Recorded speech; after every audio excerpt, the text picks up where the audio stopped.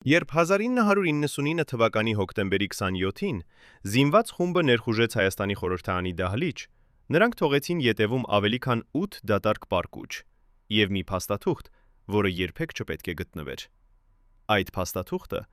ձեռագիր ցուցակ 12 անունով, որոնք պետք է վերացվեին մինչև տարեվերջ։ Երբ քննիչները բացեցին այդ թուղթը, նրանք տեսան ինչ-որ բան, ինչը փոխեց ամեն ինչ։ Վերևում, առաջին տողում, կարմիր մարկերով նշված էին երկու անուն՝ Կարեն Դեմիրճյան և Վազգեն Սարգսյան։ Ո՞վ էր կազմել այս ցուցակը։ Ինչու հենց այս երկու մարդիկ էին դարձել թիրախ համար 1։ Եվ ամենակարևորը, ինչպես է հնարավոր, որ այս փաստաթուղթը անհետացավ քննության նյութերից ընդամենը 3 օր անց։ Ո՞վ ուներ իշխանություն և շահ այն ոչնչացնելու համար։ Այսօր, 25 տարի անց, մենք առաջին անգամ կխոսենք այն մարդկանց հետ, ովքեր տեսել են այդ ցուցակը իրենց աչքերով, և նրանց պատմությունը կստիպի ձեզ վերագնահատել այն ամենը, ինչ կարծում էիք, որ գիտեք հայկական քաղաքականության ամենաարյունոտ օրվա մասին։ Պատկերացրեք, որ դուք ապրում եք երկրում, որտեղ երկու մարդ միասին ունեն ավելի շատ իշխանություն, քան նախագահը։ Մեկը վերահսկում է բանակը, մյուսը՝ խորհրդարանը։ Մեկը ունի ժողովրդի սերը, մյուսը՝ զինված ուժերի հավատարմությունը։ Եվ երբ նրանք միավորվում են, ստեղծում են դաշինք, որը կոչվում է միասնություն։ Ամբողջ հին համակարգը սկսում է դողալ։ 1999 թվականի մայիսին, երբ այս դաշինքը հաղթեց խորհրդարանական ընտրություններում, ստանալով ձայների մեծամասնությունը, Երևանի իշխանական միջավայրերում սկսեցին շրջել լուրեր։ Մարդիկ, ովքեր տասնամյակներ անց խոսեցին անանուն, ին անանուն պատմում են, որ արդեն հունիսին, երբ Կարեն Դեմիրճյանը նշանակվեց խորհրդարանի նախագահ, իսկ Վազգեն Սարգսյանը շարունակեց մնալ վարչապետ, նախագահական ապարատում սկսեցին վախենալ։ Ո՞վ էր այդ վախի իրական աղբյուրը։ Ինչ գաղտնի պայմանագիր էին կնքել այս երկու մարդիկ, որը սարսափեցրեց նույնիսկ ամենահզոր օլիգարխներին։ Վազգեն Սարգսյանը չէր սիրում շքեղությունը, բայց նա սիրում էր իշխանությունը։ Նրա գրասենյակում, ըստ նրա անձնական պահակների վկայությունների, կախված էր միայն մեկ նկար՝ Հայաստանի քարտեզը, որի վրա կարմիր գծերով նշված էին ռազմական բազաները։ Նա ամեն առավոտ սկսում էր ոչ թե թերթեր կարդալով, այլ զեկույցներ ստանալով բանակի գլխավոր շտաբից։ Մարդիկ, ովքեր աշխատել են նրա հետ, ասում են, որ նա երբեք չի խոսել անիմաստ բառեր։ Ամեն նախադասություն ուներ նպատակ, ամեն հանդիպում ռազմավարություն։ Իսկ Կարեն Դեմիրճյանը, ով տասնամյակներ առաջ ղեկավարել էր խորհրդային Հայաստանը, վերադարձել էր քաղաքականություն ոչ թե հիշողությունների համար, այլ վրեժխնդրության համար։ Նրան հեռացրել էին իշխանությունից 1988 թվականին, և նա երբեք չէր մոռացել, թե ով էր դրա հետևում կանգնած։ Երբ այս երկու մարդիկ միավորվեցին 1999 թվականին, նրանք ստեղծեցին ինչ-որ բան, ինչը Հայաստանը չէր տեսել երբեք՝ իշխանության կենտրոն, որը գտնվում էր դուրս նախագահական վերահսկողությունից։ Բայց ինչու էր սա այդքան վտանգավոր։ Պատասխանը կայանում է մի փաստաթղթում, որը գտնվել է անվտանգության ծառայության արխիվներում և որը տեսել են միայն 3 մարդ։ Այդ փաստաթուղթը հուշագիր, գրված 1999 թվականի օգոստոսին, նկարագրում է մի հանդիպում Դեմիրճյանի և Սարգսյանի միջև, որտեղ նրանք քննարկել են իշխանության վերաբաշխման պլան։ Ըստ այդ հուշագրի, նրանք պայմանավորվել էին, որ մինչև 2003 թվականը կփոխեն սահմանադրությունը, սահմանափակելով նախագահի լիազորությունները և ուժեղացնելով խորհրդարանը և վարչապետին։ Սա նշանակում էր, որ Ռոբերտ Քոչարյանը, ով դարձել էր նախագահ 1998 թվականի մարտին, կդառնար պարզապես ձևական ղեկավար, մինչդեռ իրական իշխանությունը կանցներ Դեմիրճյանի և Սարգսյանի ձեռքը։ Ով կարող էր թույլ տալ, որ նման բան տեղի ունենա։ Անվտանգության ծառայության նախկին սպաները, ովքեր պահպանել են անանունությունը, պատմում են, որ սեպտեմբերին, երբ Դեմիրճյանը և Սարգսյանը սկսեցին հանրային հանդիպումներ անցկացնել երկրի տարբեր շրջաններում, նախագահական ապարատը մտավախություն ապրեց։ Այդ հանդիպումներում ժողովուրդը ողջունում էր նրանց ոչ թե որպես պաշտոնյաներ, այլ որպես իրական ղեկավարներ։ Մարդիկ գոռում էին «միասնություն», և այդ բառը հնչում էր ոչ թե որպես կուսակցության անուն, այլ որպես մարտահրավեր հին համակարգին։ Մի վկա, ով ներկա էր Գյումրիում անցկացված հանդիպմանը, հիշում է, թե ինչպես Վազգեն Սարգսյանը ասաց. «Մենք չենք եկել խոստումներ տալու, մենք եկել ենք իշխանությունը վերադարձնելու ժողովրդին»։ Այդ նախադասությունը, ըստ այդ վկայի, ստիպեց նախագահական պահակազորի ղեկավարին անհապաղ զանգահարել Երևան և զեկուցել, որ իրավիճակը դուրս է վերահսկողությունից։ Ինչ նշանակում էր այդ զեկույցը իրականում։ Արդյոք դա էր պահը, երբ որոշվեց, որ Դեմիրճյանը եւ Սարգսյանը պետք է դադարեցվեն ցանկացած գնով։ Հոկտեմբերի սկզբին, երբ խորհրդարանը սկսեց քննարկել սահմանադրական բարեփոխումների նախագիծը, որը ներկայացրել էր Դեմիրճյանը, Երևանի քաղաքական ելիտան բաժանվեց երկու ճամբարների։ Մի կողմում էին նրանք, ովքեր հավատում էին, որ Հայաստանին անհրաժեշտ է ուժեղ խորհրդարան եւ թույլ նախագահ ժողովրդավարության համար։ Մյուս կողմում էին նրանք, ովքեր վախենում էին, որ այդպիսի համակարգը կբերի քաոսի եւ կթուլացնի երկիրը արտաքին թշնամիների դեմ։ Բայց կար նաեւ երրորդ խումբ։ Նրանք, ովքեր չէին մտածում երկրի ապագայի մասին, այլ միայն իրենց սեփական իշխանության եւ հարստության մասին։ Օլիգարխները, ովքեր վերահսկում էին Հայաստանի տնտեսության հիմնական ճյուղերը, էներգետիկայից մինչև հանքարդյունաբերություն, գիտեին, որ եթե Դեմիրճյանը եւ Սարգսյանը իրականացնեն իրենց պլանը, նրանք կկորցնեն ամեն ինչ։ Քանի որ այս երկու մարդիկ հայտնի էին որպես անկաշառելի, նրանք երբեք չէին ընդունել բիզնեսի կանոնները, որոնք իշխանում էին Երևանում։ Ով էր այդ օլիգարխներից ամենահզորը եւ ինչպիսի կապեր ուներ նա նախագահական ապարատի հետ։ Հոկտեմբերի 12-ին, ճիշտ 2 շաբաթ առաջ ողբերգությունից, տեղի ունեցավ մի հանդիպում, որը երբեք չհայտնվեց պաշտոնական արձանագրություններում։ Գիշերային ժամին, երբ Երևանը քնած էր, մի սև ավտոմեքենա մուտք գործեց նախագահական նստավայրի տարածք, առանց որևէ պահակի ստուգման։ Ներսում նստած էր մի մարդ, ում դեմքը ծածկված էր, բայց ում ձայնը ճանաչեցին բոլորը, ովքեր լսեցին այդ զրույցը։ Այդ մարդը հանդիպեց Ռոբերտ Քոչարյանի հետ 1 ժամ տևողությամբ, եւ երբ նա դուրս եկավ, նախագահը մնաց իր գրասենյակում մինչև առավոտ, լույսերը չմարելով։ Պահակները, ովքեր պահպանում էին այդ գիշեր, ասում են, որ նրանք լսեցին բարձր ձայներ, բայց չկարողացան հասկանալ, թե ինչի մասին էր խոսքը։ Հաջորդ օրը, հոկտեմբերի 13-ին, Քոչարյանը չներկայացավ իր սովորական առավոտյան խորհրդակցությանը,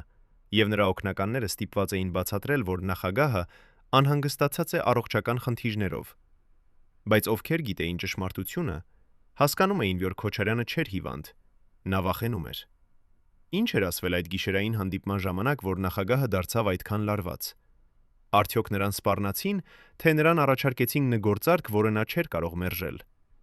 Հոկտեմբերի 15-ին Վազգեն Սարգսյանը տվեց հարցազրույց մի ռուսական հեռուստաալիքին, առաջին անգամ 15 տարվա ընթացքում։ Այդ հարցազրույցում նա ասաց ինչ-որ բան, ինչը շատերը մեկնաբանեցին որպես նախազգուշացում։ Երբ լրագրողը հարցրեց նրան, թե արդյոք նա վախենում է իր թշնամիներից, Սարգսյանը պատասխանեց. «Ես ունեմ թշնամիներ, ովքեր գիշերները չեն քնում, մտածելով, թե ինչպես ինձ ոչնչացնել։ Բայց նրանք չգիտեն, որ ես նույնպես չեմ քնում, եւ ես միշտ 1 քայլ առաջ եմ նրանցից»։ Այդ խոսքերը հնչեցին որպես մարտահրավեր, բայց նաեւ որպես խոստովանություն, որ նա գիտեր, վտանգը իրական էր։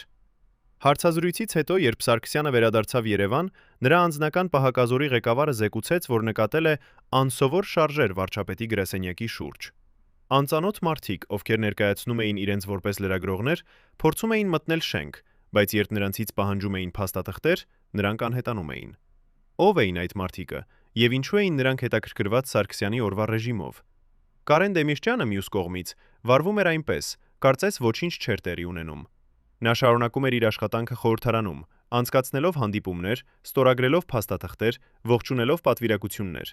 Բայց նրա ամենամոտ օգնականները նկատում էին փոփոխություններ։ Դեմիրճյանը սկսել էր ավելի հաճախ զանգահարել տուն, խոսելու իր ընտանիքի հետ, եւ նա միշտ ավարտում էր զրույցները նույն խոսքերով. «Ես ձեզ սիրում եմ, եւ ես միշտ կմտածեմ ձեր մասին»։ Այդ խոսքերը, որոնք հնչում էին որպես հրաժեշտ, սարսափեցրին նրա կնոջը։ Բայց երբ նա հարցրեց, թե ինչու է նա այդպես խոսում, Դեմիրճյանը միայն ժպտաց եւ ասաց. «Քաղաքականությունը վտանգավոր խաղ է, եւ ես խաղացել եմ այն չափազանց երկար»։ Ինչ գիտեր Դեմիրճյանը, ինչը մենք չգիտեինք։ Արդյոք նրան նախազգուշացրել էին, թե նա պարզապես զգում էր, որ ինչ-որ բան սխալ էր։ Հոկտեմբերի 20-ին, ընդամենը 7 օր առաջ ողբերգությունից, խորհրդարանում տեղի ունեցավ մի դեպք, որը շատերը անտեսեցին, բայց որը հետագայում դարձավ կարևոր։ Նիստի ժամանակ, երբ Դեմիրճյանը ելույթ էր ունենում սահմանադրական բարեփոխումների մասին, դահլիճ մտավ մի անծանոթ մարդ, ներկայացնելով իրեն որպես նոր լրագրող։ Նա նստեց առաջին շարքում եւ սկսեց լուսանկարել Դեմիրճյանին եւ Սարգսյանին, ով նույնպես ներկա էր այդ նիստին։ Բայց անվտանգության ծառայության աշխատակիցները նկատեցին, որ այդ մարդը չէր օգտագործում սովորական ֆոտոխցիկ, նա օգտագործում էր հատուկ սարք, որը նաեւ ձայնագրում էր։ Երբ նրան մոտեցան եւ հարցրին, թե ինչու է նա օգտագործում այդպիսի սարք, Մարդը պատասխանեց, որ պատրաստում է հատուկ ռեպորտաժ։ Նրան թույլ տվեցին մնալ, բայց երբ նիստը ավարտվեց, նա անհետացավ, առանց թողնելու որևէ կոնտակտային տվյալներ։ Ո՞վ էր այդ մարդը եւ ինչու էր նա իրականում այնտեղ։ Արդյոք նա հետախուզում էր տեղանքը, պատրաստվելով ինչ-որ բանի, թե նա պարզապես լրագրող էր, ով փորձում էր ստանալ լավ նյութ։ Հոկտեմբերի 23-ին, 4 օր առաջ ողբերգությունից, Վազգեն Սարգսյանը հանդիպեց իր ամենավստահելի զինվորական խորհրդականների հետ։ Այդ հանդիպման մասին մենք գիտենք միայն մեկ մարդու վկայությունից՝ գեներալ, ով այժմ ապրում է արտերկրում եւ ով համաձայնեց խոսել միայն անանուն պայմանով։ Ըստ այդ գեներալի, Սարգսյանը ասաց նրանց, որ իրավիճակը դառնում է վերահսկելի եւ որ նա պատրաստվում է ամենավատին։ Երբ գեներալները հարցրին, թե ինչ նկատի ունի նա, Սարգսյանը պատասխանեց.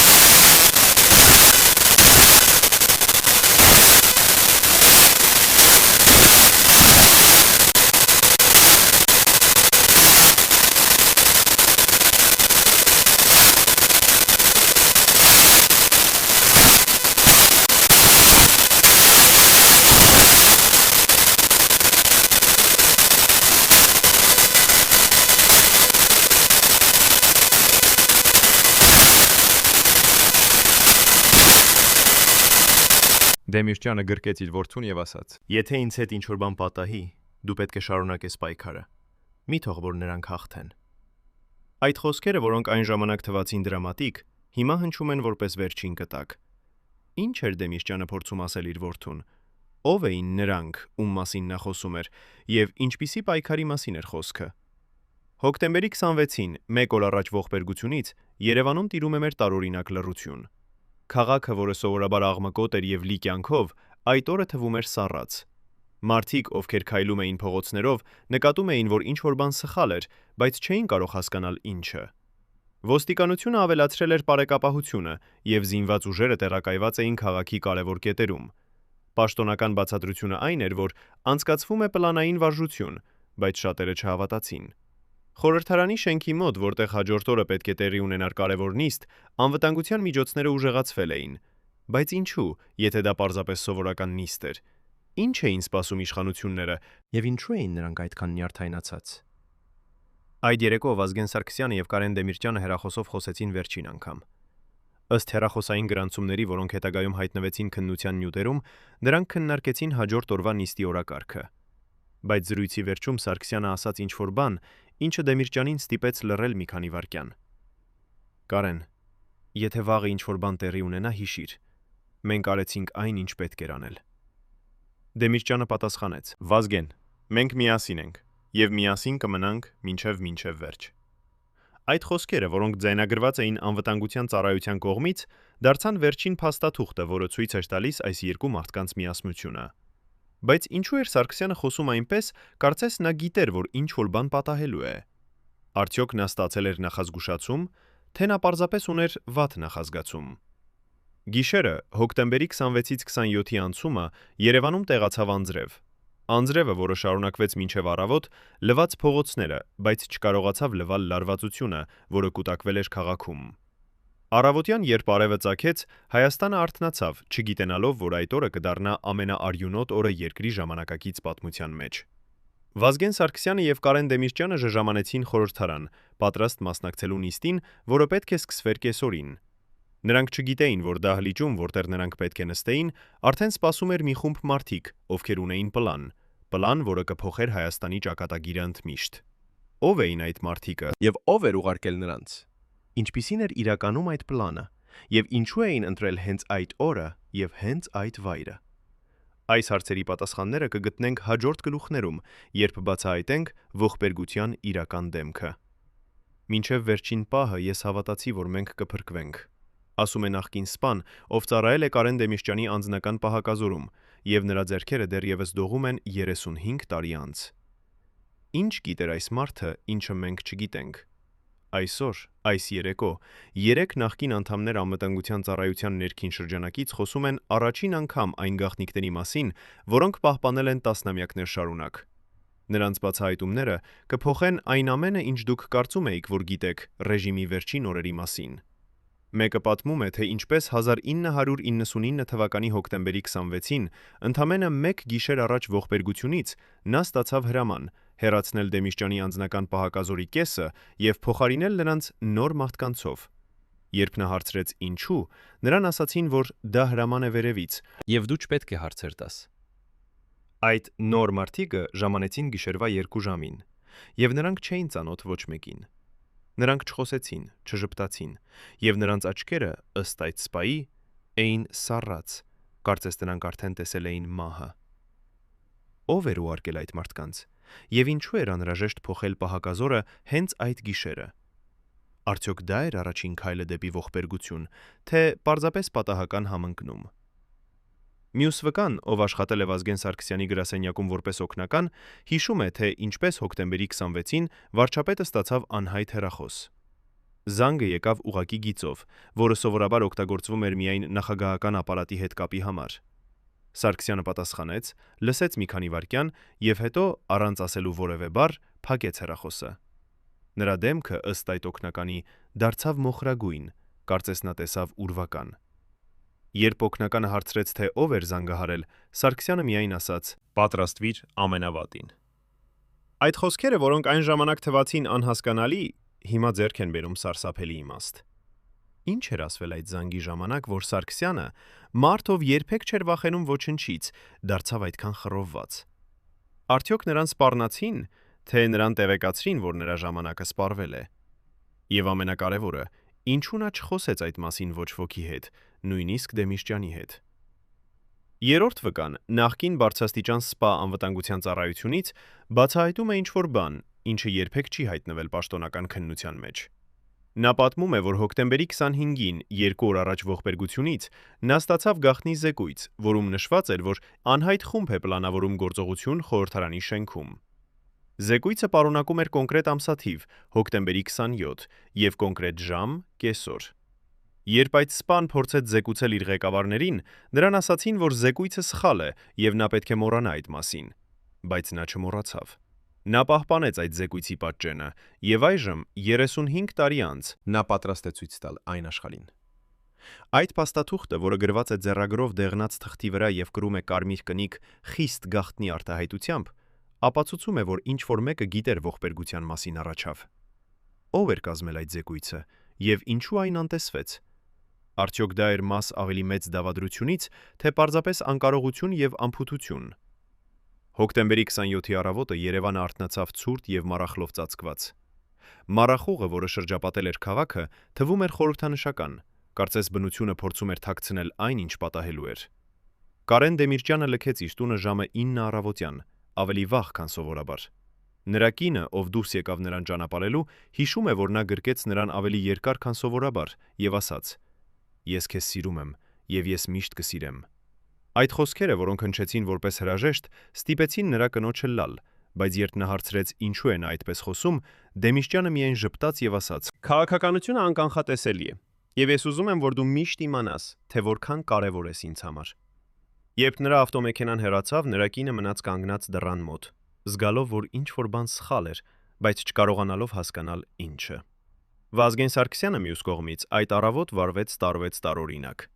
Նա չգնաց ուղղակի իր գրասենյակ, այլ նախ այցելեց բանակի գլխավոր շտաբ։ Այնտեղ նա հանդիպեց իր ամենավստահելի գեներալների հետ և ասաց նրանց ինչ-որ բան, ինչը ստիպեց նրանց լուրջ դառնալ։ Ըստ մեկ գեներալի, ով ներկա էր այդ հանդիպմանը, Սարգսյանը ասաց. «Եթե ինձ հետ այսօր ինչ-որ բան պատահի, դուք պետք է իմանաք, որ ես արեցի այն, ինչ կարծում էի, որ ճիշտ է երկրի համար։ Եվ դուք պետք է շարունակեք պաշտպանել Հայաստանը, անկախ նրանից, թե ով է իշխանության մեջ»։ Այդ խոսքերը հնչեցին որպես կտակ, և գեներալները փորձեցին հարցնել ավելին, բայց Սարգսյանը արդեն հեռացել էր։ Նա նստեց իր ավտոմեքենայի մեջ և ուղևորվեց դեպի խորհրդարան, գիտենալով, թե ինչ է սպասում նրան, բայց չկարողանալով կանխել այն։ Ժամը 11-ին, մեկ ժամ առաջ նիստի սկզբից, խորհրդարանի շենքի մոտ սկսեցին հավաքվել անսովոր մարդիկ։ Նրանք ներկայացնում էին իրենց որպես լրագրողներ, բայց անվտանգության աշխատակիցները նկատեցին, որ նրանք չունեին պաշտոնական հավատարմագրեր։ Երբ նրանցից պահանջեցին փաստաթղթեր, նրանք ցույց տվեցին քակեղծ քարտեր, որոնք թվում էին իրական, բայց որոնք պարունակում էին սխալներ։ Բայց այդ օրը, ինչ-որ պատճառով, անվտանգության աշխատակիցները թույլ տվեցին նրանց մտնել։ Ինչու՞։ Արդյոք նրանք ստացել էին հրաման վերևից, թե նրանք պարզապես չէին ուշադիր։ Մեկ վկա, ով աշխատում էր որպես ռեցեպցիոնիստ, հիշում է, որ այդ մարդկանցից մեկը կրում էր մեծ սև պայուսակ, որը թվում էր ծանր։ Երբ նրան հարցրին, թե ինչ կա պայուսակում, նա պատասխանեց. «Ֆոտոխցիկի սարքավորումներ»։ Բայց այդ պայուսակը, ինչպես հետագայում պարզվեց, պարունակում էր ինչ-որ բան շատ ավելի վտանգավոր, քան ֆոտոխցիկ։ Ժամը 11:30-ին Կարեն Դեմիշճյանը եւ Վազգեն Սարգսյանը ժամանեցին խորհրդարան միասին։ Նրանք ժամանեցին նույն ավտոմեքենայով, ինչը տարօրինակ էր, քանի որ սովորաբար նրանք ժամանում էին առանձին։ Ըստ վարորդի, ով վարում էր այդ ավտոմեքենան, նրանք ճանապարհին խոսեցին քաղաքականության մասին, բայց նաև անձնական թեմաների մասին։ Դեմիշճյանը պատմեց Սարգսյանին իր թոռների մասին, եւ Սարգսյանը ժպտաց, ասելով, որ երեխաները մեր միակ իրական ժառանգությունն են։ Այդ զրույցը, որը հնչեց այդքան սովորական, դարձավ նրանց վերջին խոսակցությունը։ Երբ նրանք իջան ավտոմեքենայից եւ մտան շենք, վարորդը նկատեց, որ Սարգսյանը դադարեց մի վայրկյան եւ նայեց երկնքին։ Ինչու էր նա դա անում։ Արդյոք նա աղոթում էր, թե պարզապես վերջին անգամ էր վայելում արևի լույսը։ Ներսում, դահլիճում արդեն նստած էին ավելի քան 100 մարդ, պատգամավորներ, նախարարներ, օգնականներ, լրագրողներ։ Մթնոլորտը թվում էր սովորական, բայց ովքեր ուշադիր էին, նկատում էին, որ ինչ-որ բան տարբեր էր։ Անվտանգության աշխատակիցները, ովքեր սովորաբար կանգնում էին դռների մոտ, այդ օրը կանգնած էին ավելի հեռու։ Լրագրողները, ովքեր սովորաբար նստում էին հետին շարքերում, այդ օրը նստած էին առաջին շարքերում։ Եվ այդ լրագրողներից մեկը, ով կրում էր սև պայուսակ, նստած էր ամենամոտ տեղում դահլիճի կենտրոնին։ Նա չէր խոսում ոչ ոքի հետ, չէր նայում շուրջը, եւ նրա աչքերը կենտրոնացած էին միայն մեկ տեղի վրա, այնտեղ, որտեղ պետք է նստեին Դեմիրճյանը եւ Սարգսյանը։ Ժամը 12-ին, երբ նիստը պաշտոնապես սկսվեց, Կարեն Դեմիրճյանը բարձրացավ ամբիոն եւ սկսեց իր բացման խոսքը։ Նա խոսեց Հայաստանի ապագայի մասին, սահմանադրական բարեփոխումների անհրաժեշտության մասին եւ ժողովրդավարության կարեւորության մասին։ Նրա ձայնը հնչում էր հզոր եւ վստահ, բայց նրա աչքերում, ըստ ովքեր նկատեցին, կար ինչ-որ տխրություն։ Կարծես նա գիտեր, որ այդ խոսքերը կլինեն նրա վերջին հրապարակային ելույթը։ Երբ նա ավարտեց եւ նստեց իր տեղում, դահլիճը ծափահարեց, բայց ծափահարանքը հնչեց տարօրինակ։ Կարծես մարդիկ ծափահարում էին ոչ թե հավանության, այլ հրաժեշտի նշան։ Վազգեն Սարգսյանը նստած էր Դեմիրճյանի կողքին, եւ նա նայում էր դահլիճին։ Նրա դեմքը, ըստ ովքեր տեսան նրան այդ պահին, էր լարված, բայց հանգիստ։ Նա չէր խոսում, չէր շարժվում, եւ նրա ձեռքերը դրված էին սեղանի վրա, կարծես նա պատրաստվում էր ինչ-որ բանի։ Մի վկա, ով նստած էր մոտակայքում, հիշում է, որ Սարգսյանը մի պահ շրջվեց եւ նայեց այն լրագրողին, ով կրում էր սև պայուսակ։ Նրանց հայացքները հանդիպեցին մի վայրկյան, եւ այդ վայրկյանում, ըստ այդ վկայի, ամեն ինչ դադարեց։ Կարծես ժամանակը սառեց, եւ երկու մարդիկ, Սարգսյանը եւ այդ անծանոթ մարդը, հասկացան միմյանց առանց խոսքերի։ Ինչ տեսավ Սարգսյանը այդ մարդու աչքերում, որ նրան ստիպեց դադարել շնչել մի վայրկյան։ Արդյոք նա ճանաչեց նրան, թե նա պարզապես զգաց վտանգը։ Հետո, ժամը 12-ից 15 րոպե անց, տեղի ունեցավ այն, ինչը փոխեց Հայաստանի պատմությունը ընդմիշտ։ Այդ լրագրողը բարձրացավ իր տեղից, բացեց սև պայուսակը եւ հանեց ինչ-որ բան, ինչը ստիպեց բոլորին սառչել։ Դահլիճում տիրեց լռություն մի վայրկյան, եւ հետո սկսվեց քաոսը։ Բայց այդ պահից առաջ, ճիշտ այն վայրկյանին, երբ այդ մարդը բարձրացավ, Վազգեն Սարգսյանը շրջվեց դեպի Կարեն Դեմիրճյանը եւ ասաց ինչ-որ բան։ Ոչ ոք չլսեց այդ խոսքերը, բայց ովքեր տեսան նրա շրթունքների շարժումը, ասում են, որ նա ասաց. «Ներիր ինձ»։ Ինչու էր Սարգսյանը ներողություն խնդրում Դեմիրճյանից այդ վերջին պահին։ Արդյոք նա զգում էր մեղավոր, որ ներգրավել էր նրան այս վտանգավոր խաղի մեջ, թե նա գիտեր ինչ-որ բան, ինչը Դեմիրճյանը չգիտեր։ Եվ ամենակարևորը, արդյոք այդ ներողությունը փրկեց նրանց հոգիները, թե դա եղավ պարզապես վերջին խոսքը երկու ընկերների միջև, ովքեր միասին մտան դեպի անհայտ։ Բայց ով էր իրականում այդ մարդը սև պայուսակով, եւ ինչու ընտրեց նա հենց այդ օրը եւ հենց այդ վայրը իր գործողության համար։ Պատասխանը կայանում է մի փաստաթղթում, որը գտնվել է տարիներ անց եւ որը բացահայտում է ինչ-որ բան, ինչը փոխում է ամբողջ պատմությունը։ Այդ փաստաթուղթը՝ նամակ, գրված ձեռագրով եւ ստորագրված անհայտ անունով, ուղարկվել էր անվտանգության ծառայություն 1999 թվականի սեպտեմբերին, 2 ամիս առաջ ողբերգությունից։ Նամակում նշված էր, որ խումբ մարդիկ պլանավորում են հարձակում խորհրդարանի վրա, նպատակ ունենալով վերացնել առաջատար քաղաքական գործիչներին։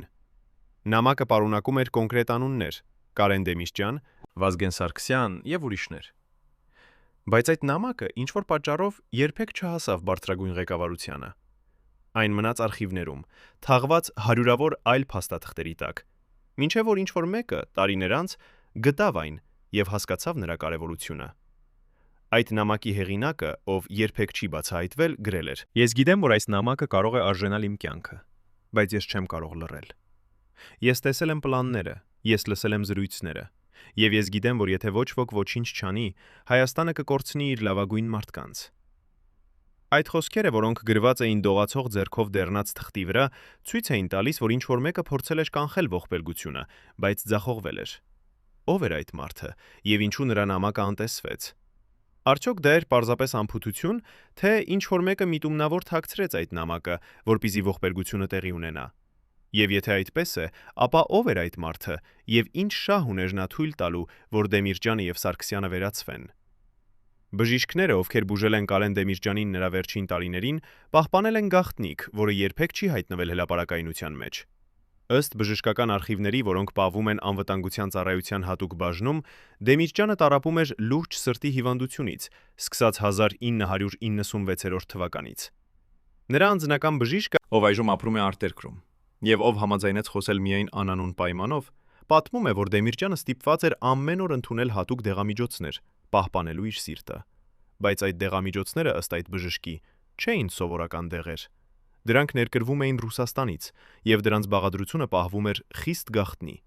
Ինչու էր անհրաժեշտ այդպիսի գաղտնիություն պարզ սրտի դեղերի համար։ Բժիշկը շարունակում է պատմել, որ 1999 թվականի օգոստոսին, 2 ամիս առաջ ողբերգությունից, Դեմիրճյանի դեղերի մատակարարումը հանկարծ դադարեց։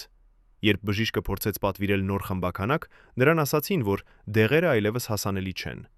Սա ստիպեց բժշկին անհանգստանալ, քանի որ Դեմիրճյանը կախված էր այդ դեղերից։ Նա զեկուցեց իր ղեկավարներին, բայց նրան ասացին, որ գտնեն այլընտրանք։ Բայց այլընտրանքը, որը տրամադրվեց, ըստ բժշկի, չէր նույնը։ Դեղերը, որոնք եկան փոխարեն, ունեին տարբեր բաղադրություն, եւ երբ Դեմիրճյանը սկսեց դրանք ընդունել, նրա առողջությունը սկսեց վատանալ։ Նա դարձավ ավելի հոգնած, ավելի նյարդային, եւ նրա սիրտը սկսեց աշխատել անկանոն։ Բժիշկը փորձեց նորից զեկուցել, բայց այս անգամ նրան ասացին, որ դադարեցնի անհանգստանալը եւ շարունակի իր աշխատանքը։ Ինչու էր այդպիսի անտարբերություն Դեմիրճյանի առողջության նկատմամբ, եւ ով էր որոշել փոխել նրա դեղերը։ Բժշկական արխիվները, որոնք պահվում են դեղնած թղթերի վրա եւ կրում են կարմիր կնիքներ խիստ գաղտնի արտահայտությամբ, ցույց են տալիս ավելին։ Ցուցակը դեղամիջոցների, որոնք պատվիրվել են Դեմիրճյանի համար 1999 թվականի սեպտեմբերին, պարունակում է մի դեղ, որը սովորաբար չի օգտագործվում սրտի հիվանդությունների համար։ Այդ դեղը, ըստ անկախ բժիշկների, ովքեր վերլուծել են ցուցակը, կարող էր առաջացնել լուրջ կողմնակի ազդեցություններ, ներառյալ հոգեկան խանգարումներ եւ ֆիզիկական թուլություն։ Ինչու էր այդպիսի դեղ ներառված Դեմիրճյանի բուժման մեջ եւ ով էր հաստատել այդ որոշումը։ Արդյոք դա էր պարզապես բժշկական սխալ, թե ինչ-որ մեկը միտումնավոր փորձում էր թուլացնել Դեմիրճյանին, նախապատրաստելով նրան դեպի այն, ինչ պատահելու էր։ Վազգեն Սարգսյանի բժշկական պատմությունը նույնպես պարունակում է տարօրինակ մանրամասներ։ Ըստ նրա անձնական բժշկի, ով նույնպես համաձայնեց խոսել անանուն, Սարգսյանը տառապում էր քրոնիկ անկնությունից եւ սթրեսից, սկսած 1998 թվականից, երբ նա դարձավ վարչապետ։ Նրան նշանակվել էին հանգստացնող դեղեր, բայց նա հրաժարվում էր դրանք ընդունել, ասելով, որ ես պետք է մնամ զգոն միշտ։ Բայց 1999 թվականի հոկտեմբերին, ճիշտ մի քանի օր առաջ ողբերգությունից, Սարգսյանը հանկարծ սկսեց ընդունել այդ դեղերը։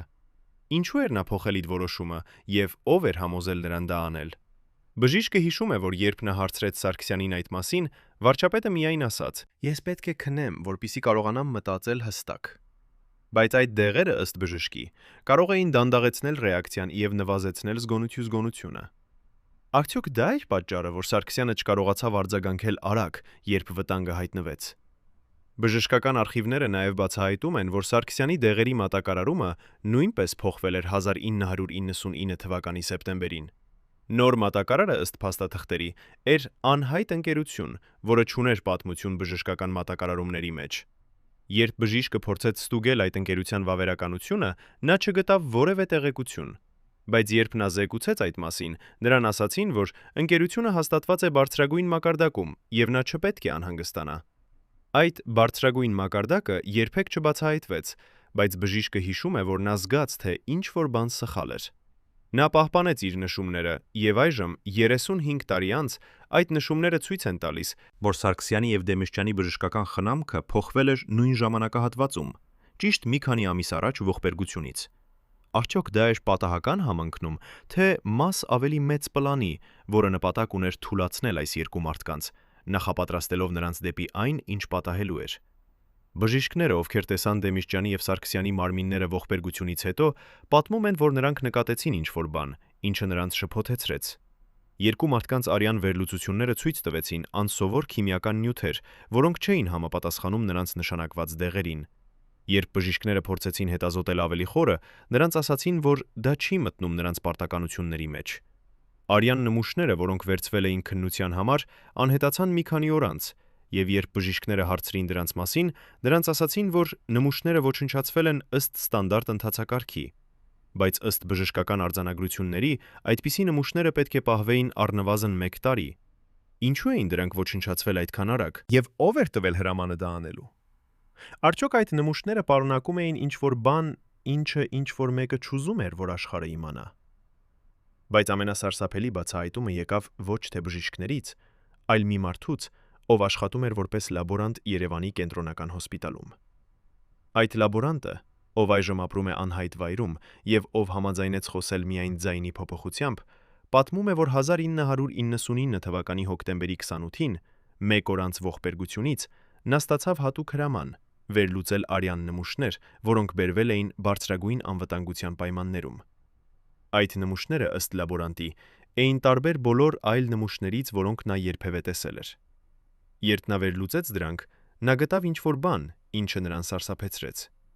Արյան մեջ կային հետքեր մի նյութի, որը սովորաբար օգտագործվում է որպես թունաքիմիական նյութ, դանդաղեցնելու նյարդային համակարգը եւ առաջացնելու շփոթություն։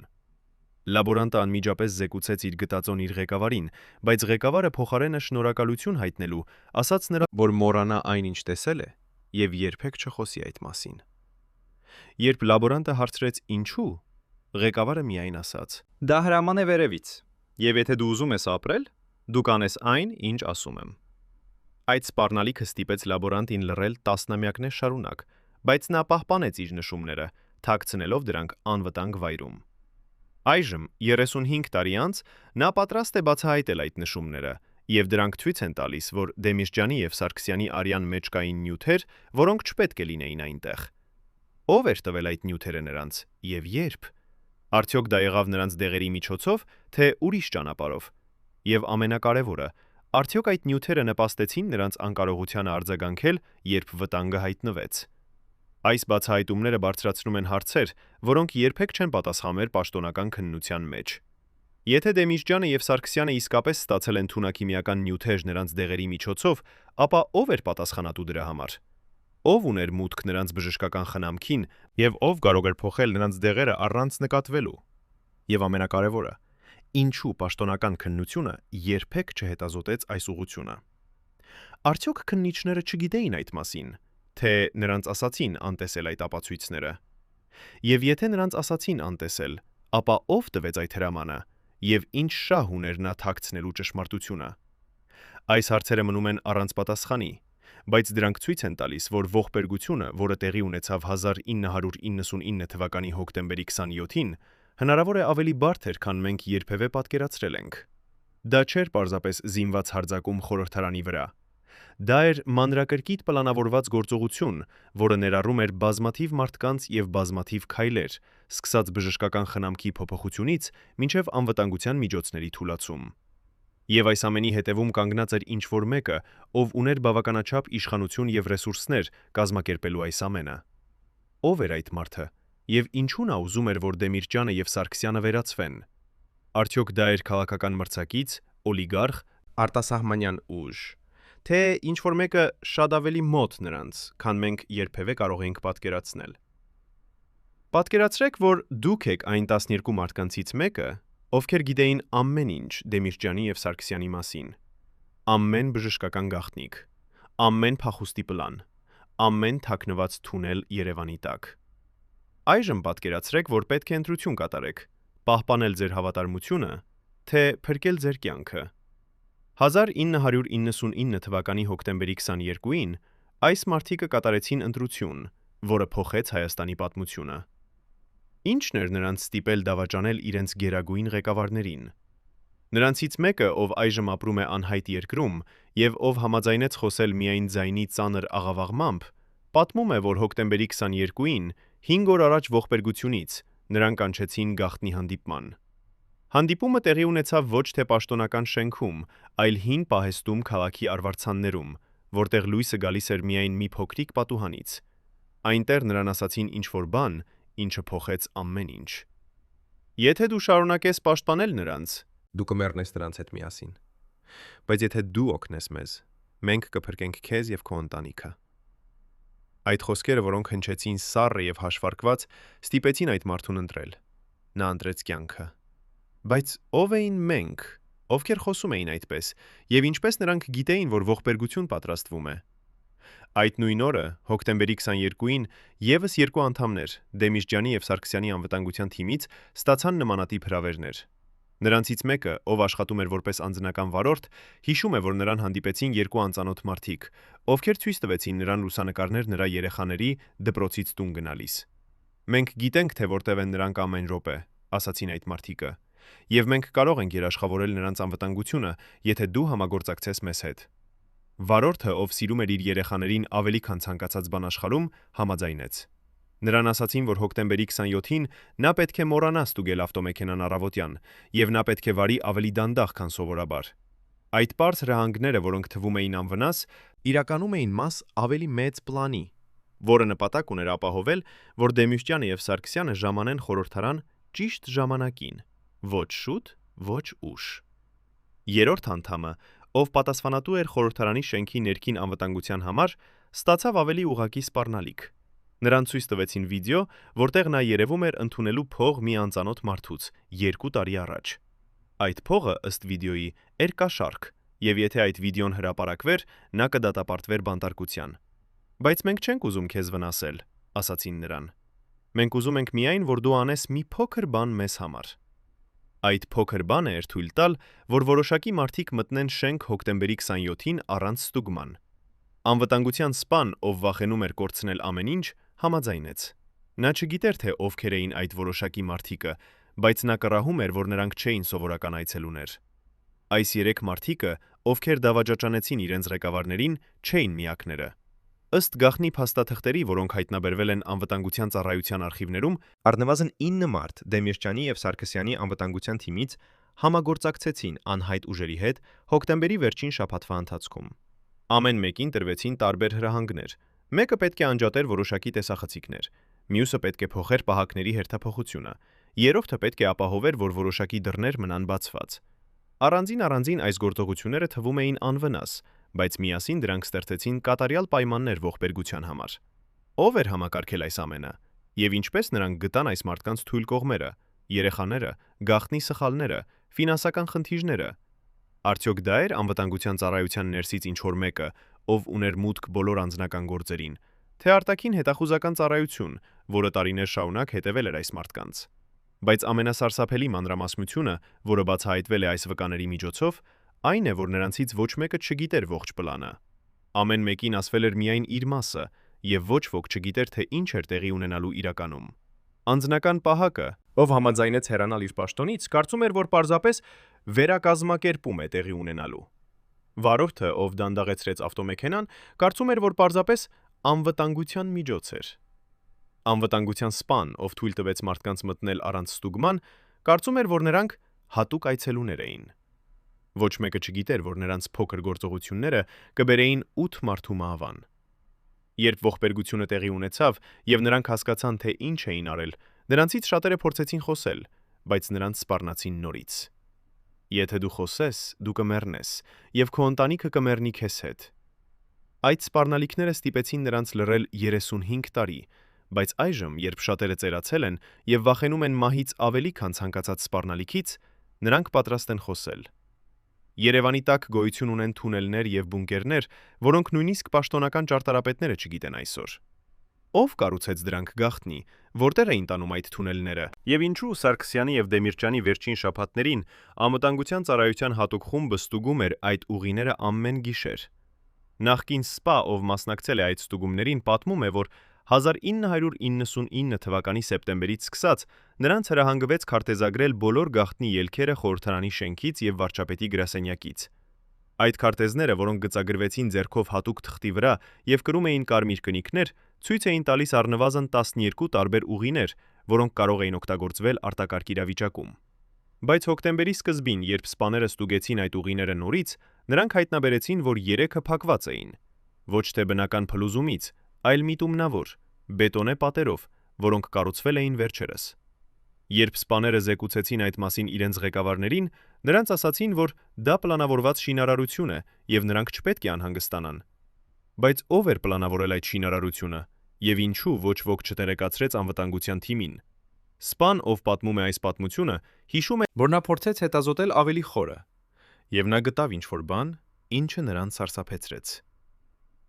Շինարարական ընկերությունը, որը պատասխանատու էր այդ աշխատանքների համար, չգոյություն ուներ պաշտոնական գրանցամատյաններում։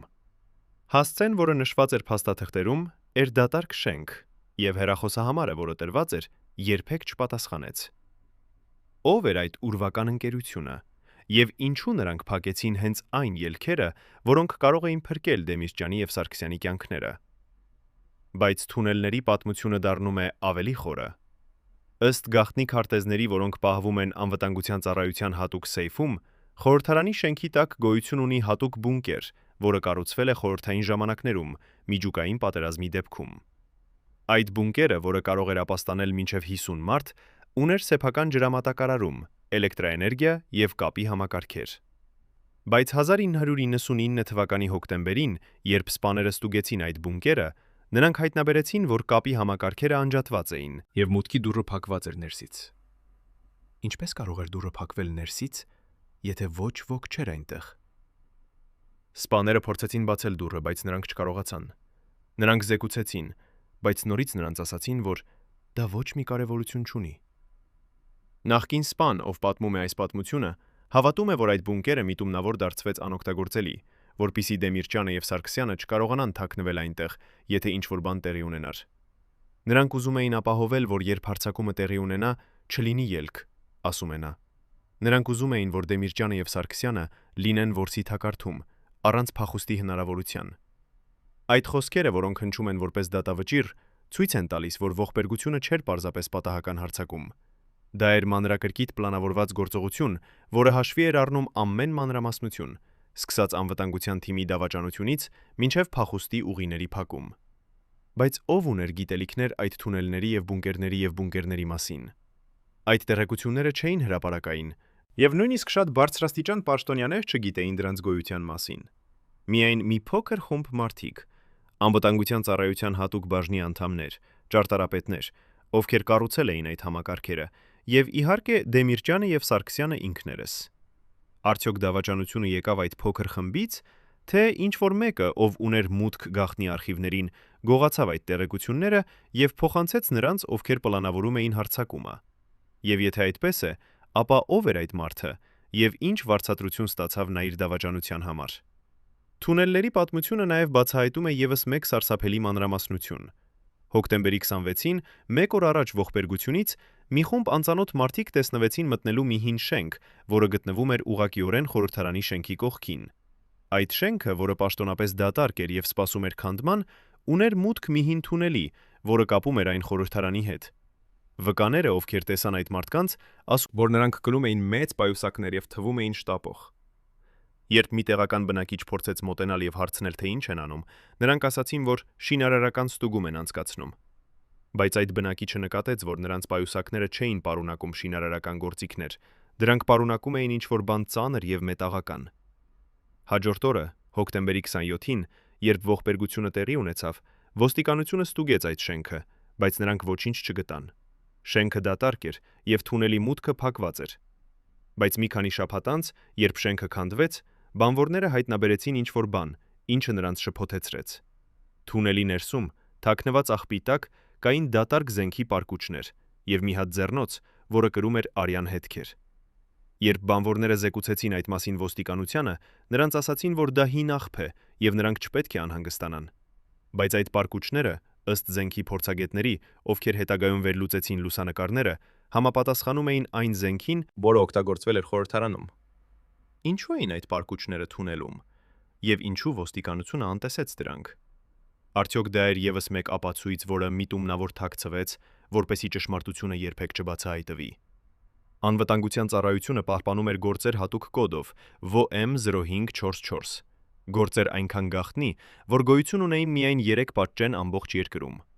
Այդ գործերում պահվում էին տեղեկություններ Դեմիրճյանի եւ Սարգսյանի իրական առողջության մասին, փախուստի պլանների մասին, արտակարգ իրավիճակների դեպքում եւ ինչ որ բան շատ ավելի ցնցող՝ իրական հարաբերությունները ռեժիմի մոտիկը շրջապատի միջև։ Ինչու այդ գործերը ոչնչանցացվեցին հենց հոկտեմբերի 27-ին, ողբերգությունից ընդամենը մի քանի ժամ անց։ Նախկին սպա, ով աշխատում էր արխիվում, հիշում է, որ ժամը 3-ին կեսօրից հետո, երբ լուրը ողբերգության մասին դեռ չէր տարածվել լայնորեն, նա ստացավ հեռախոս իր ղեկավարից։ Գտիր բոլոր գործերը կոդով VOM-0544 եւ այրիչ դրանք անմիջապես, ասաց ղեկավարը։ Սպան, ով ցնցված էր այդ հրամանից, հարցրեց ինչու։ Բայց ղեկավարը միայն կրկնեց. անմիջապես, առանց հարցերի։ Սպան գտավ 3 գործերը։ Ամեն մեկը պարունակում էր հարյուրավոր էջեր փաստաթղթեր, լուսանկարներ, բժշկական զեկույցներ եւ նույնիսկ ձայնագրություններ։ Նա չուներ ժամանակ կարդալ դրանք, բայց նա նկատեց մի քանի բան, որոնք նրան սարսափեցրին։ Մի փաստաթուղթ, որը վերնագրված էր «Գաղտնի պայմանագիր», նկարագրում էր հանդիպում Դեմիրճյանի եւ Սարգսյանի միջև 1999 թվականի հուլիսին, որտեղ նրանք քննարկել էին իշխանության վերաբաշխման ռազմավարություն։ Մեկ այլ փաստաթուղթ, որը կրում էր կարմիր կնիկ, խիստ գաղտնի, պարունակում էր ցուցականունների, օլիգարխներ, բարձրաստիճան սպաներ եւ նույնիսկ արտասահմանյան դիվանագետներ, ովքեր համարվում էին հնարավոր սպառնալիքներ։ Եվ երրորդ փաստաթուղթը, որը ամենից շատ սարսափեցրեց սպային, էր բժշկական զեկույց, որը նկարագրում էր, թե ինչպես Դեմիրճյանի եւ Սարգսյանի դեղերը փոխվել էին 1999 թվականի սեպտեմբերին եւ ով էր հաստատել այդ փոփոխությունները։ Սպան, ով գիտեր, որ այդ փաստաթղթերը կարող էին փոխել ամեն ինչ, կատարեց ինչ-որ բան, ինչը կարող էր արժենալ նրա կյանքը։ Նախքան այրելը, նա արագ լուսանգարեց մի քանի էջ իր հին ֆոտոխցիկով։ Լուսանկարները դուրս եկան անհստակ, բայց բավականաչափ ընթեռնելի, որպեսզի հասկանալ դրանց բովանդակությունը։ Հետո նա այրեց գործերը, ինչպես հրահանգվել էր, եւ նա երբեք չխոսեց այդ մասին ոչ ոքի հետ, մինչև հիմա։ Այդ լուսանկարները, որոնք նա պահպանել է 35 տարի թաքնված անվտանգ վայրում, այժմ առաջին անգամ ցույց են տրվում աշխարհին։ Դրանք ապացուցում են, որ անվտանգության ծառայությունը գիտեր շատ ավելին, քան երբևէ ընդունել է, եւ որ ողբերգությունը կարող էր կանխվել, եթե այդ տեղեկությունները չթաքցվեին։ Բայց ով տվեց հրամանը այրել այդ գործերը եւ ինչու այդքան արագ։ Սպան հավատում է, որ հրամանը եկավ շատ բարձրից, հնարավոր է նույնիսկ նախագահական ապարատից։ Միայն մի քանի մարդ գիտեին այդ գործերի գոյության մասին, ասում է նա, եւ միայն մեկը կարող էր տալ հրաման դրանք ոչնչացնելու առանց բացատրության։ Ով էր այդ մարդը եւ ինչ էր նա վախենում, որ աշխարհը կիմանա, եթե այդ գործերը պահպանվեին։ Արդյոք դրանք պարունակում էին ապացույցներ, որ ողբերգությունը պլանավորվել էր ներսից,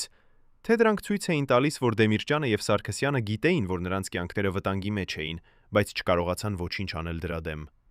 Արխիվների ոչնչացումը չսահմանափակվեց միայն անվտանգության ծառայությամբ։ Խորհրդարանի սեփական արխիվները նույնպես մաքրվեցին հոկտեմբերի 28-ից 30-ի միջև։ Փաստաթղթեր, որոնք վերաբերում էին սահմանադրական բարեփոխումների քննարկումներին, ումներին, հանդիպումների արձանագրություններ Դեմիրճյանի եւ Սարգսյանի միջև եւ նույնիսկ հեռախոսային գրանցումներ, բոլորը անհետացան։ Աշխատակիցները, ովքեր աշխատում էին արխիվում, պատմում են, որ նրանց հրահանգվեց վերակազմակերպել արխիվները, բայց իրականում դա նշանակում էր ընտրովի ոչնչացնել որոշակի փաստաթղթեր։ Մի աշխատակից, ով հրաժարվեց համագործակցել, հեռացվեց իր պաշտոնից հոկտեմբերի 30-ին եւ նրան ասացին, որ եթե նա խոսի, նա կհայտնվի լուրջ խնդիրների մեջ։ Բայց ամենասարսափելի բացահայտումը եկավ ոչ թե արխիվներից, այլ մի մարդուց, ով աշխատում էր որպես տեխնիկական օգնական խորհրդարանի ձայնագրման համակարգում։ Այդ մարդը, ով այժմ ապրում է անհայտ վայրում եւ ով համաձայնեց խոսել միայն ձայնի ծանր աղավաղմամբ, պատմում է, որ խորհրդարանի ամեն նիստ ձայնագրվում էր ավտոմատ համակարգով, որը պահպանում էր ձայնագրությունները հատուկ սերվերում։ Հոկտեմբերի 27-ի նիստը նույնպես ձայնագրվեց, եւ այդ ձայնագրությունը պարունակում էր ամեն ինչ, սկսած Դեմիրճյանի բացման խոսքից մինչև հարձակման ձայները։ Բայց հոկտեմբերի 28-ին, երբ տեխնիկական օգնականը փորձեց մուտք գործել սերվեր, պատճենելու ձայնագրությունը քննության համար, նա հայտնաբերեց, որ ֆայլը ջնջված էր։ Ոչ թե պարզապես ջնջված, այլ ամբողջովին ոչնչացված, օգտագործելով հատուկ ծրագիր, որը ապահովում էր, որ ֆայլը երբեք չկարող էր վերականգնվել։ Տեխնիկական օգնականը անմիջապես զեկուցեց իր ղեկավարին, բայց ղեկավարը ասաց, որ համակարգը խափանվել է եւ ձայնագրությունը կորել է պատահականորեն։ Բայց օգնականը, ով ուներ 15 տարվա փորձ տեխնիկական համակարգերի հետ, գիտեր, որ այդպիսի պատահականություն անհնար էր։ Ֆայլը ջնջվել էր ինչ-որ մեկի կողմից, ով ուներ ադմինիստրատորի մուտք համակարգին, եւ ով գիտեր ճիշտ, թե ինչպես ոչնչացնել այն առանց հետքերի։ Ո՞վ էր այդ մարդը։ Եվ ինչու էր այդ ձայնագրությունը այդքան վտանգավոր, որ պետք էր ոչնչացվեր անմիջապես։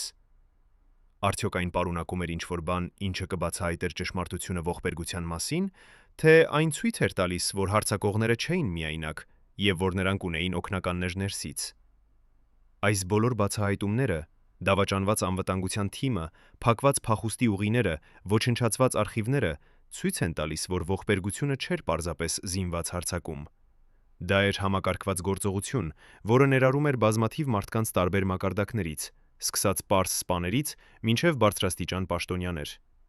Եվ այս ամենի հետևում կանգնած էր ինչ-որ մեկը, ով ուներ բավականաչափ իշխանություն համակարգելու այս ամենը եւ բավականաչափ ռեսուրսներ ապահովելու, որ ճշմարտությունը երբեք չբացահայտվի։ Ո՞վ էր այդ մարդը եւ ինչու նա ուզում է, որ Դեմիրճյանը եւ Սարգսյանը վերացվեն։ Արդյոք դա էր քաղաքական մրցակից, ով վախենում էր նրանց ուժից։ Օլիգարխ, ով վախենում էր կորցնել իր հարստությունը։ Արտասահմանյան ուժ, որը ուզում էր անկայունացնել Հայաստանը։ Թե ինչ-որ մեկը շատ ավելի մոտ նրանց, քան մենք երբևէ կարող էինք պատկերացնել։ Եվ ամենակարևորը, արդյոք այդ մարդը դեռ ապրում է, եւ արդյոք նա դեռ ունի իշխանություն Հայաստանում այսօր։ Առաջին անգամ 15 տարվա ընթացքում այն մարդը, ով պատասխանատու էր Դեմիրճյանի եւ Սարգսյանի անձնական անվտանգության համար, համաձայնեց խոսել տեսախցիկների առջև։ Այն, ինչ նա մեզ պատմում է վերջին շաբաթների մասին, կշրջի այն ամենը, ինչ դուք կարծում էիք, որ գիտեք։ Սկսած անձնական զրույցներից Դեմիրճյանի եւ Սարգսյանի միջև, մինչև հուսահատ փախուստի պլանները, մինչև այն պերը, մինչև այն պահը, երբ նրանք հասկացան, որ ամեն ինչ ավարտվել է։ Բացառիկ վկայություն, որը ձեզ կպահի շնչախեղդ վիճակում։ Այս մարդը, ում անունը մենք չենք կարող բացահայտել նրա անվտանգության համար, հիշում է, թե ինչպես 1999 թվականի հոկտեմբերի 26-ին, մեկ օր առաջ ողբերգությունից, Վազգեն Սարգսյանը կանչեց նրան իր գրասենյակ ուշ երեկոյան։ Սարգսյանը նստած էր իր սեղանի հետևում եւ նրա դեմքը, ըստ այս վկայի, էր այնպիսին, կարծես նա արդեն տեսել էր իր ճակատագիրը։ Վարչապետը բացեց դարակը, համեց մի ծրար փաստաթղթեր եւ ասաց. «Եթե վաղը ինձ հետ ինչ-որ բան պատահի, այս փաստաթղթերը պետք է հասնեն ժողովրդին։ Դրանք ապացուցում են, որ մենք փորձեցինք փրկել Հայաստանը, բայց մեզ դադարեցրին նրանք, ովքեր վախենում էին փոփոխությունից»։ Ինչ էր պարունակում այդ փաստաթղթերը, եւ ինչու դրանք երբեք չհասան ժողովրդին։ Անվտանգության պետը հիշում է, որ նա վերցրեց ծրարը, խոստացավ պահպանել այն, բայց հաջորդ օրը, երբ ողբերգությունը տեղի ունեցավ, նրան հրահանգվեց հանձնել այն անվտանգության ծառայություն։ Երբ նա հարցրեց ինչու, նրան ասացին, որ դա մաս է քննության նյութերի։ Բայց այդ փաստաթղթերը երբեք չհայտնվեցին պաշտոնական քննության մեջ, եւ երբ նա հարցրեց դրանց մասին տարիներ անց, նրան ասացին, որ այդպիսի փաստաթղթեր երբեք չեն գոյացել։ Այդ նույն երեկո, հոկտեմբերի 26-ին, Կարեն Դեմիրճյանը հանդիպեց իր ամենամոտ խորհրդականների հետ իր տանը։ Հանդիպումը տևեց 3 ժամ, եւ ըստ մեկ խորհրդականի, ով ներկա էր այնտեղ, Դեմիրճյանը խոսեց ոչ թե քաղաքականության, այլ իր ընտանիքի մասին։ Նա պատմեց իր երեխաների մասին, իր թոռների մասին, եւ թե ինչպես նա երազում էր տեսնել Հայաստանը ազատ եւ բարգավաճ։ Բայց ես վախենում եմ, որ ես չեմ ապրի այն օրը տեսնելու համար, ասաց նա։ Երբ խորհրդականները փորձեցին նրան համոզել, որ նա չպետք է այդպես մտածի, Դեմիրճյանը միայն ժպտաց եւ ասաց. «Ես ապրել եմ երկար կյանք, եւ ես տեսել եմ բավականաչափ, որպեսզի իմանամ, երբ վերջը մոտենում է»։ Այդ խոսքերը, որոնք հնչեցին որպես հրաժեշտ, ստիպեցին խորհրդականներին լալ, բայց Դեմիրճյանը մնաց հանգիստ։ Նա գիտեր ինչ-որ բան, ինչը նրանք չգիտեին, եւ նա պատրաստվում էր դեպի այն, ինչ գալու էր։ Հոկտեմբերի 27-ի առավոտը, երբ Դեմիրճյանը եւ Սարգսյանը ժամանեցին խորհրդարան, նրանք գիտեին, որ այդ օրը կլինի տարբեր։ Անվտանգության պետը, ով ուղեկցում էր նրանց, հիշում է, որ երբ նրանք մտան շենք, Սարգսյանը դադարեց մի վայրկյան եւ նայեց շուրջը։ Այս շենքը տեսել է շատ պատմություն, ասաց նա, եւ այսօր այն կտեսնի եւս մեկը։ Այդ խոսքերը, որոնք թվացին անհասկանալի այն ժամանակ, հիմա ձեռք են բերում սարսափելի իմաստ։ Սարգսյանը գիտեր, որ ինչ-որ բան պատահելու էր, բայց նա չկարողացավ կանխել այն, կամ ավելի ճիշտ, նա ընտրեց չկանխել այն, քանի որ նա հավատում էր, որ նրա մահը կարող էր արթնացնել Հայաստանը եւ ստիպել ժողովրդին պայքարել իրենց ազատության համար։ Դահլիճում, երբ նիստը սկսվեց, մթնոլորտը էր լարված։ Պատգամավորները, ովքեր սովորաբար աղմկոտ էին եւ քննարկում էին տարբեր թեմաներ, այդ օրը նստած էին լուռ։ Լրագրողները, ովքեր սովորաբար գրում էին նշումներ, այդ օրը պարզապես նայում էին։ Եվ այդ լրագրողները, ովքեր գրում էին սև պայուսակներ, նստած էին առաջին շարքերում, սպասելով իրենց պահին։ Անվտանգության պետը, ով կանգնած էր դռան մոտ, նկատեց, որ ինչ-որ բան սխալ էր, բայց նա չկարողացավ հասկանալ ինչը։ Նա տեսավ, որ մի քանի անվտանգության աշխատակիցներ, ովքեր սովորաբար կանգնում էին իրենց տեղերում, այդ օրը բացակայում էին։ Նա տեսավ, որ տեսախցիկները, որոնք սովորաբար ձայնագրում էին ամեն ինչ, այդ օրը անջատված էին։ Եվ նա տեսավ, որ Դեմիրճյանը եւ Սարգսյանը, ովքեր սովորաբար նստում էին միասին եւ խոսում էին, այդ օրը նստած էին լուռ, կարծես սպասելով ինչ-որ բանի։ Ժամը 12-ից 15 րոպե անց, երբ Դեմիրճյանը ավարտեց իր խոսքը եւ նստեց, դահլիճում տիրեց տարօրինակ լռություն։ Այդ լռությունը տևեց միայն մի քանի վայրկյան, բայց այդ վայրկյանները թվացին հավերժություն։ Հետո հանկարծ մեկը բարձրացավ իր տեղից։ Դա էր այդ լրագրողը, սև պայուսակով։ Նա բացեց պայուսակը, եւ այն, ինչ տեղի ունեցավ հետո, փոխեց Հայաստանի պատմությունը ընդմիշտ։ Անվտանգության պետը, ով տեսավ ամեն ինչ, հիշում է, որ նա փորձեց վազել դեպի Դեմիրճյանը եւ Սարգսյանը, բայց նա չհասցրեց։ Նա լսեց ձայները, տեսավ քաոսը եւ հետո ոչինչ։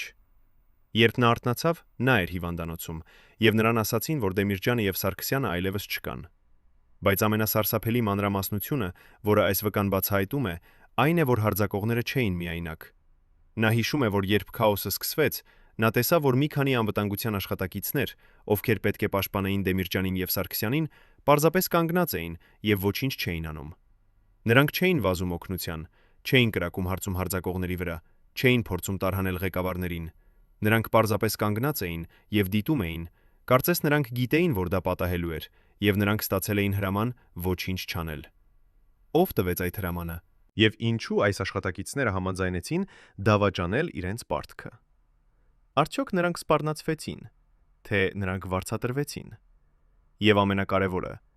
արդյոք նրանք դեռ աշխատում են անվտանգության ծառայություններում այսօր, թե նրանք անհետացան, ինչպես այնքան շատ այլ վկաներ այս գործով։ Գիտեք, թե ինչ է տեղի ունենում, երբ դիկտատորը սկսում է կորցնել իր իշխանությունը։ Նրա մարմինը սկսում է դմեդավաճանել նրան։ Սիրտը բաբախում է անկանոն, ձեռքերը դողում են, քունը փախչում է։ Բժիշկները, ովքեր բուժել են Դեմիրճյանին եւ Սարգսյանին նրանց վերջին ամիսներին, պահպանել են գաղտնիք, որը երբեք չի հայտնվել հրապարակայնության մեջ։ Ըստ բժշկական արխիվների, որոնք պահվում են անվտանգության ծառայության հատուկ սեյֆում դեղնած թղթերի վրա եւ կրում են կարմիր կնիքներ, խիստ գաղտնի արտահայտությամբ, Դեմիրճյանը տառապում էր ոչ միայն սրտի հիվանդությունից, այլև քրոնիկ անքնությունից եւ դեպրեսիայից։ Նրա անձնական բժիշկը, ով այժմ ապրում է արտերկրում եւ ով համաձայնեց խոսել միայն անանուն պայմանով, պատմում, որ Դեմիրճյանը հաճախ արթնանում էր գիշերվա մեջ, գոռալով եւ քրտնած։ Նա տեսնում էր ինչ-որ բան իր երազներում, ինչ-որ բան, ինչը նրան սարսափեցնում էր, բայց նա երբեք չխոսեց դրա մասին։ Բժիշկը փորձեց նրան օգնել դեղերով, բայց Դեմիրճյանը հրաժարվում էր դրանք ընդունել, ասելով, որ ես պետք է մնամ զգոն, քանի որ նրանք սպասում են, որ ես թուլանամ։ Վազգեն Սարգսյանի բժշկական պատմությունը նույնպես բացահայտում է անսոսավոր մանրամասներ։ Ըստ նրա անձնական բժշկի, Սարգսյանը տառապում էր քրոնիկ ցավերից մեջքում եւ գլխում, սկսած 1998 թվականից, երբ նա դարձավ վարչապետ։ Այդ ցավերը, ըստ բժշկի, էին ոչ թե ֆիզիկական, այլ հոգեբանական։ Սարգսյանը կրում էր հսկայական սթրես, կառավարելով երկիր, որը դեռ վերականգնվում էր պատերազմից, եւ միաժամանակ պայքարելով ներքին թշնամիների դեմ, ովքեր ուզում էին նրան տապալել։ Բժիշկը նշանակեց նրան հանգստացնող դեղեր եւ ցավազրկողներ, բայց Սարգսյանը, ինչպես Դեմիրճյանը, հրաժարվում էր դրանք ընդունել կանոնավոր։ Ես չեմ կարող թույլ տալ, որ դեղերը դանդաղեցնեն իմ մտածողությունը, ասում էր նա։ Ես պետք է լինեմ պատրաստ ցանկացած պահի։ Բայց 1999 թվականի սեպտեմբերին, 2 ամիս առաջ ողբերգությունից, Սարգսյանի վարքագիծը փոխվեց։ Նա սկսեց ընդունել դեղերը կանոնավոր, եւ նա նույնիսկ խնդրեց բժշկից ավելացնել դեղաչափը։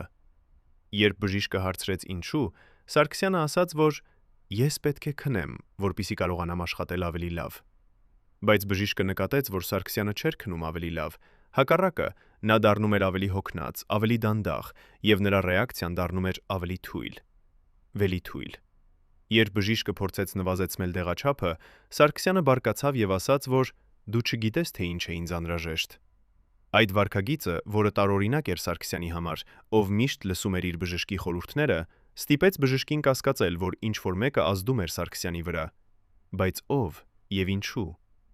Բժշկական արխիվները նաև ցույց են տալիս, որ Դեմիրճյանի եւ Սարգսյանի արյան վերլուծությունները, որոնք կատարվեցին հոկտեմբերի սկզբին, բացահայտեցին բարձր մակարդակներ կորտիզոլի, սթրեսի հորմոնի։ Այդ մակարդակները, ըստ բժիշկների, էին այնքան բարձր, որ նորմալ մարդը կանհանգստանար եւ կփնտրեր բժշկական օգնություն։ Բայց Դեմիրճյանը եւ Սարգսյանը չփնտրեցին օգնություն։ Նրանք շարունակեցին աշխատել, շարունակեցին հանդիպումներ անցկացնել, շարունակեցին պայքարել իրենց թշնամիների դեմ։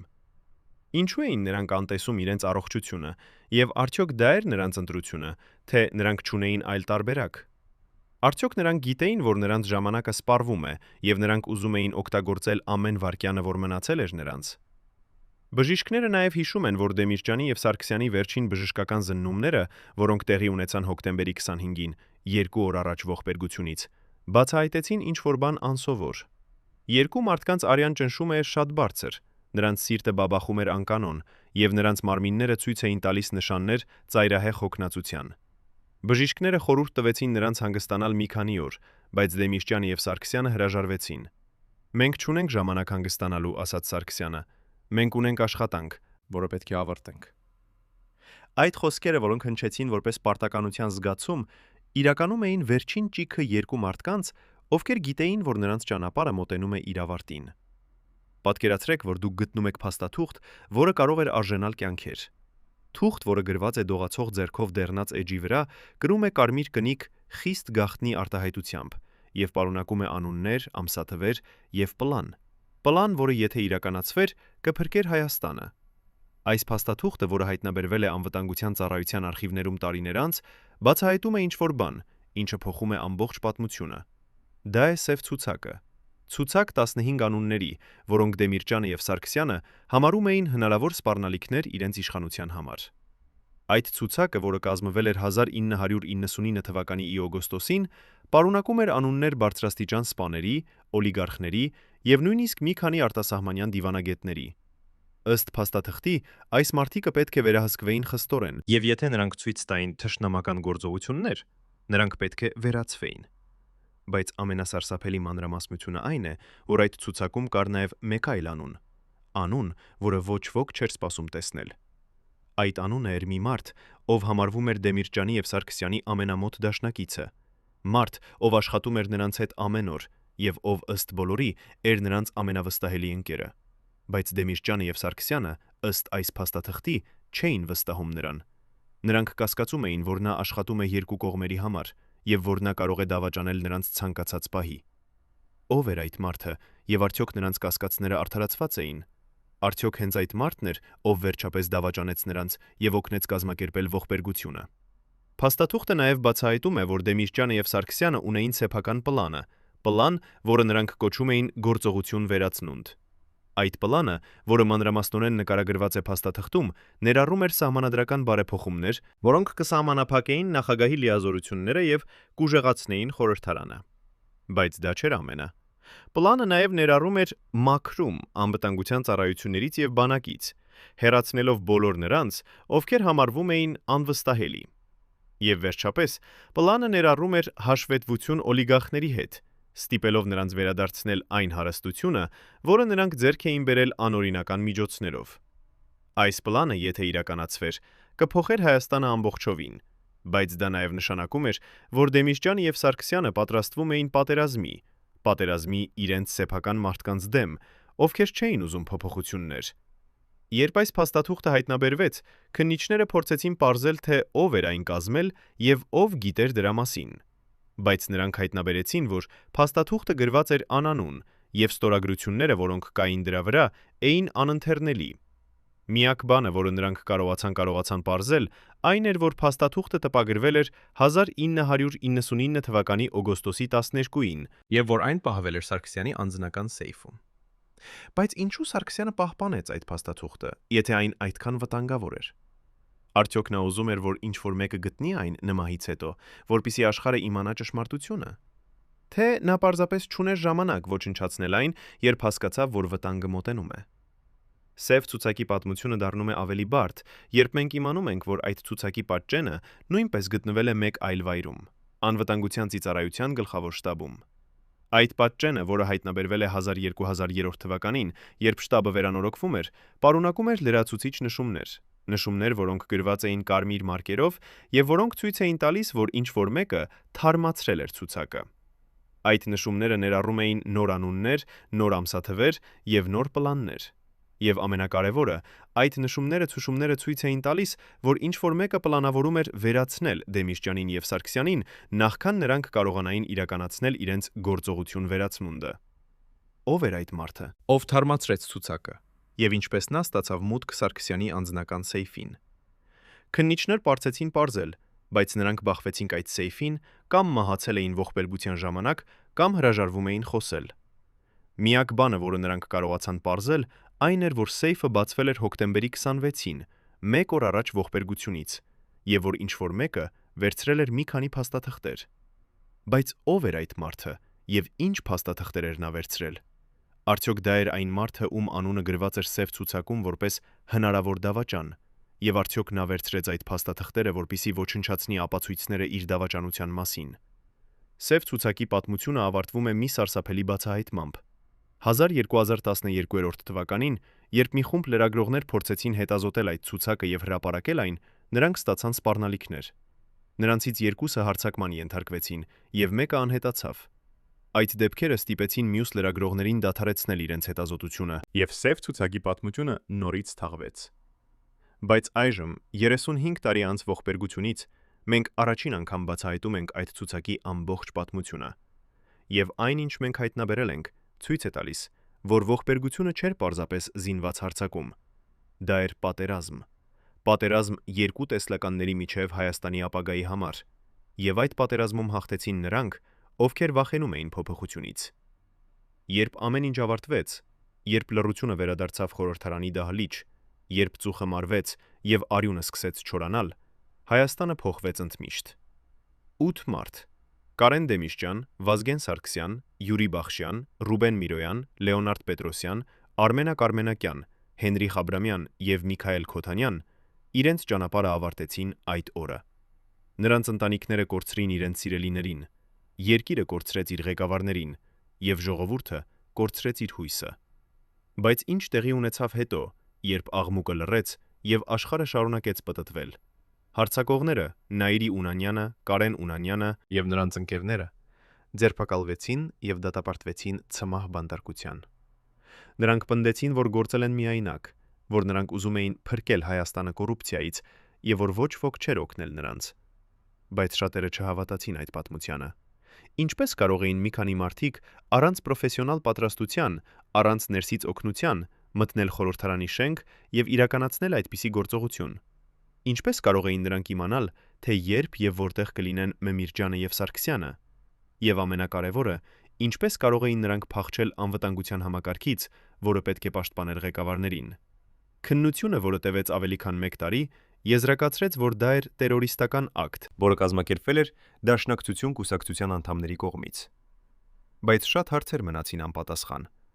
Ինչու անվտանգության համակարգը ձախողվեց այդքան լուրջ։ Ինչու փախուստի ուղիները փակված էին։ Ինչու բժշկական խնամքը փոխվեց հենց մի քանի ամիս առաջ ողբերգությունից։ Եվ ամենակարևորը, ինչու այդքան շատ ապացույցներ անհետացան կամ ոչնչացվեցին քննության ընթացքում։ Այս հարցերը, որոնք տանջում են Հայաստանը 35 տարի, դեռևս սպասում են իրենց պատասխաններին։ Ռոբերտ Քոչարյանը, ով էր նախագահ այդ ժամանակ, շարունակեց իր պաշտոնը մինչև 1208 թվականը։ Նա երբեք չխոսեց հրապարակայնորեն Դեմիրճյանի եւ Սարգսյանի մասին, բացի պաշտոնական հայտարարություններից, որտեղ նա դատապարտեց ողբերգությունը եւ խոստացավ արդարություն։ Բայց շատերը կասկածում էին, որ նա գիտեր ավելին, քան ասում էր։ Ինչու նա չկանխեց ողբերգությունը, եթե ինչպես ոմանք պնդում են, անվտանգության ծառայությունը ուներ նախազգուշացումներ։ Եվ ինչու նա չպահանջեց ավելի խորը քննություն, երբ այդքան շատ անհամապատասխանություններ հայտնվեցին։ Օլիգարխները, ովքեր վախենում էին Դեմիրճյանի եւ Սարգսյանի բարեփոխումներից, շարունակեցին վերահսկել Հայաստանի տնտեսությունը։ Նրանք դարձան ավելի հզոր, ավելի հարուստ եւ ավելի անձեռնմխելի։ Սահմանադրական բարեփոխումները, որոնք Դեմիրճյանը եւ Սարգսյանը պլանավորում էին, երբեք չիրականացվեցին։ Խորհրդարանը մնաց թույլ, նախագահը մնաց ուժեղ եւ ժողովուրդը մնաց անօգնական։ Հայաստանը, որը կարող էր դառնալ իրական ժողովրդավարություն, փոխարենը մնաց հին համակարգում, համակարգ, որտեղ իշխանությունը կենտրոնացված էր մի քանի ձեռքերում եւ որտեղ ճշմարտությունը միշտ թաղված էր ստերի տակ։ Դեմիրճյանի եւ Սարգսյանի ընտանիքները փորձեցին պահանջել ճշմարտություն, բայց նրանք բախվեցին լռության պատին։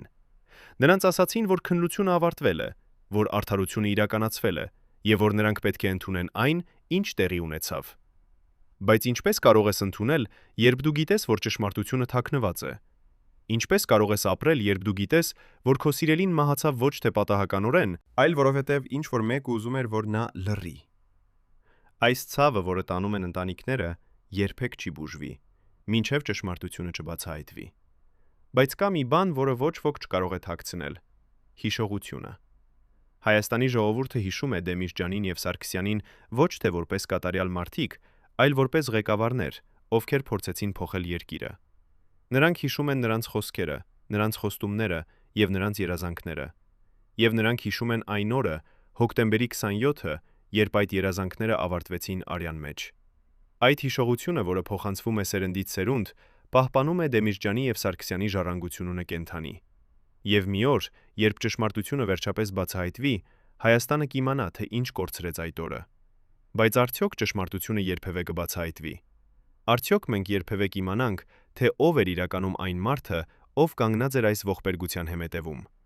Արդյոք մենք երբևէ կհասկանանք, թե ինչու Դեմիրճյանը եւ Սարգսյանը պետք է մեռնեին եւ ինչու նրանց մահը չփոխեց ոչինչ։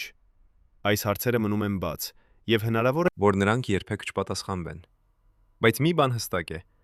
ողբերգությունը, որը տեղի ունեցավ 1999 թվականի հոկտեմբերի 27-ին, չէր պարզապես մի խումբ մարդկանց գործողություն։ Դա էր համակարգի ձախողում։ Դա էր իշխանության դավաճանություն։ Եվ դա էր ազգի ողբերգություն։ Եվ մինչ մենք սպասում ենք ճշմարտությանը, մենք պետք է հիշենք այն 8 մարդկանց, ովքեր կորցրին իրենց կյանքերը այդ օրը։ Մենք պետք է հիշենք նրանց ընտանիքներին, ովքեր դեռևս տառապում են։ Եվ մենք պետք է հիշենք, որ արդարությունը երբեք չի ուշանում, այն միայն սպասում է իր պահին։ Մի օր, երբ բոլոր գաղտնիքները բացահայտվեն, երբ բոլոր ստերը քանդվեն, Հայաստանը վերջապես կիմանա ճշմարտությունը։ Եվ այդ օրը Դեմիրճյանը եւ Սարգսյանը կստանան այն արդարությունը, որին նրանք արժանի են։ Մինչ այդ, մենք կարող ենք միայն հարցնել. արդյոք Դեմիրճյանի եւ Սարգսյանի երազանքը Հայաստանի մասին երբևէ կիրականանա։ Արդյոք Հայաստանը երբևէ կդառնա այն երկիրը, որը նրանք ուզում էին տեսնել՝ ազատ, արդար եւ բարգավաճ։ Թե այդ երազանքը մնաց թաղված նրանց հետ միասին, եւ Հայաստանը դատապարտված է կրկնել նույն սխալները նորից եւ նորից։ Այս հարցերը, որոնք տանջում են ամեն հայի սիրտը, սպասում են իրենց պատասխաններին։ Եվ միայն ժամանակը ցույց կտա, թե արդյոք Հայաստանը կարող է սովորել իր անցյալից եւ կառուցել ավելի լավ ապագա։ Հարգելի հեռուստադիտողներ, եթե դուք հետևել եք այս ողբերգական պատմությանը մինչև վերջ, գրեք մեկնաբանություններում, թե որ քաղաքից եք։